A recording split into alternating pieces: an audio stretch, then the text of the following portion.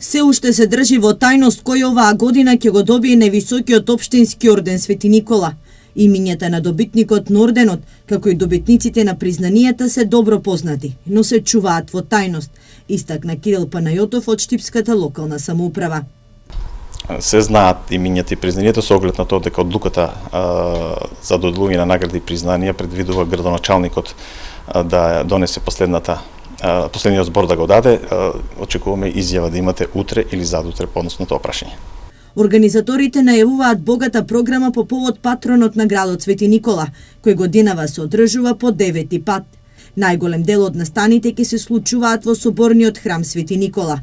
Одбележувањето ќе започне на 18 декември во понеделник во 18 часот, за кога е закажана и вечерната богослужба. По која веднаш традиционално ќе се реализира во соборниот храм и свечената академија, каде ќе бидат доделени највисоките одличија кои општина Штип ги доделува, орденот Свети Никола и признанието 19 декември. Следниот ден, на денот Свети Никола, во 8 часот започнува светата архиерејска литургија, исто така во соборниот храм.